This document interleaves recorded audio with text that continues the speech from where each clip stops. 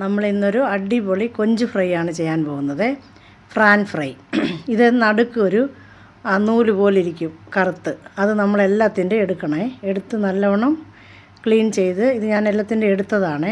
എടുത്തിട്ട് നമുക്ക് നാരങ്ങ നീര്, കല്ലുപ്പ് ഇത് രണ്ടും ഇട്ട് നമ്മൾ ഇതുപോലെ നൂല് പോലെ വരുമേ. നാരങ്ങ നീര്, കല്ലുപ്പിട്ട് നമുക്ക് നല്ലതുപോലെ വാഷ് ചെയ്ത് കൊണ്ടുവരാമേ. വിനാഗിരി ഒഴിക്കരുത്. വിനാഗിരി ഒഴിച്ച് കഴുകിയാൽ ഒട്ടും ടേസ്റ്റ് കാണത്തില്ല. ചെമ്മീൻ്റെ ആ ടേസ്റ്റേ മാറും. ഇതിട്ട് നമുക്ക് അത് കല്ലുപ്പാണ്. മഞ്ഞൾപ്പൊടി, കല്ലുപ്പ്, നാരങ്ങ നീര് ഇത് മൂന്നും ഇട്ട് നല്ലതുപോലെ നമ്മൾ വാഷ് ചെയ്ത് ക്ലീനായിട്ട് കൊണ്ടുവരാമേ. കൊണ്ടുവന്നിട്ട് നമ്മൾ കാശ്മീരി മുളക് പൊടി 1 സ്പൂണ്, വലിയ സ്പൂൺ 1 സ്പൂണ്, മഞ്ഞൾപ്പൊടി 1 ടീസ്പൂണ്, കുരുമുളക് പൊടി 1 ടീസ്പൂൺ, നാരങ്ങ നീര് 1 ടേബിൾ സ്പൂൺ, ഉപ്പ് ആവശ്യത്തിന്. ഇതിട്ട് നമ്മൾ നല്ലതുപോണക്ക് സ്മാഷ് ചെയ്ത് കുറഞ്ഞത് 2 മണിക്കൂറെങ്കിലും വെക്കണേ. ഫ്രിഡ്ജിൽ വെച്ചാൽ മതി. ഇല്ലെങ്കിൽ രാവിലെ നമ്മളിത് സ്മാഷ് ചെയ്ത് രാത്രി ഇഞ്ചി വെളുത്തുള്ളി പേസ്റ്റ് ഇതുകൂടെ ചേർത്ത് നല്ലതായിട്ട് മിക്സ് ചെയ്ത് വെക്കണം. ശകലം വീതം മതി. രാവിലെ നമുക്ക് സ്മാഷ് ചെയ്ത് രാത്രിയിൽ നമുക്ക് 4 മണിക്ക് പൊരിച്ചെടുക്കാം. ഇത് ഇല്ലെങ്കിൽ രാത്രി സ്മാഷ് ചെയ്തിട്ട് രാവിലെ വേണമെങ്കിലും പൊരിച്ചെടുക്കാം. അത് നല്ലവണ്ണം 2 മണിക്കൂറായിട്ടുണ്ട്. ഒരു മുട്ട കുരുമുളക് പൊടിയിട്ട് അടിക്കണേ. 4 സ്പൂണ് മൈദാപ്പൊടി, 1.5 സ്പൂൺ കോൺഫ്ലവറിൻ്റെ പൊടി, 1 സ്പൂൺ കാശ്മീരി മുളക് പൊടി, മഞ്ഞൾപ്പൊടി 1 സ്പൂൺ,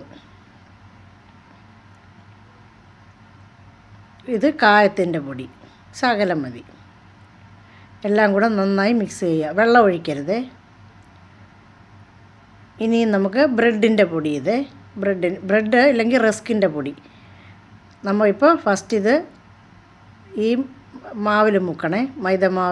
മൈദയും പിന്നെ കോൺഫ്ലവറും കൂടെയുള്ള മാവ് മുക്കിയിട്ട് മുട്ടയിൽ മുക്കണം. മുട്ടയിൽ മുക്കിയിട്ട് ബ്രെഡിൻ്റെ പൊടിയിൽ മുക്കണേ. എണ്ണ നല്ലതുപോലെ ചൂടായിട്ടുണ്ട്. നമ്മൾ എണ്ണയിൽ ഇത് ഒന്നൊന്നായിട്ട് പൊരിച്ചെടുക്കാം. നമുക്ക് 2 വെറൈറ്റി ആയിട്ട് ഉണ്ടാക്കാം. ഇത് നമുക്കിപ്പോൾ ബ്രെഡിൻ്റെ പൊടിയൊന്നും ഇല്ലെങ്കിൽ നമുക്ക് ബജ്ജി പോലെയും ഉണ്ടാക്കാം. അത് ഞാൻ നിങ്ങൾക്ക് കാണിച്ചു തരാം. ഇതും നല്ലതാണ്, അതും നല്ലതാണ്, അതും ടേസ്റ്റാണ്. ഈ എണ്ണയിൽ തന്നെ പൊരിച്ചാൽ മതി. അത് വലിയ ഒരു ജോലിയൊന്നുമല്ല. ഒരു 4 സ്പൂൺ കടലമാവ്, ഇതൊരു വേറെ വെറൈറ്റിയാണ്. 4 സ്പൂൺ കടലമാവ്, അരിപ്പൊടി 2 സ്പൂണ്, മുളക് പൊടി 1 ടീസ്പൂൺ, മഞ്ഞൾപ്പൊടി 1 ടീസ്പൂൺ, ശകലം കായം, ഇഞ്ചി വെളുത്തുള്ളി പേസ്റ്റ്. വെള്ളം ഒഴിച്ച് മിക്സ് ചെയ്യാം. നമ്മളെ ദോശമാവിൻ്റെ അത്രയും വേണം ലൂസ്, അതിനെക്കാട്ടി ശകലം കട്ടിയായിട്ട് നല്ലതുപോലെ മിക്സ് ചെയ്യണേ. മിക്സ് ചെയ്തിട്ട് ഇതിൽ മുക്കിയിട്ട് നമ്മൾ ആ എണ്ണയിൽ തന്നെ പൊരിച്ചെടുക്കാം.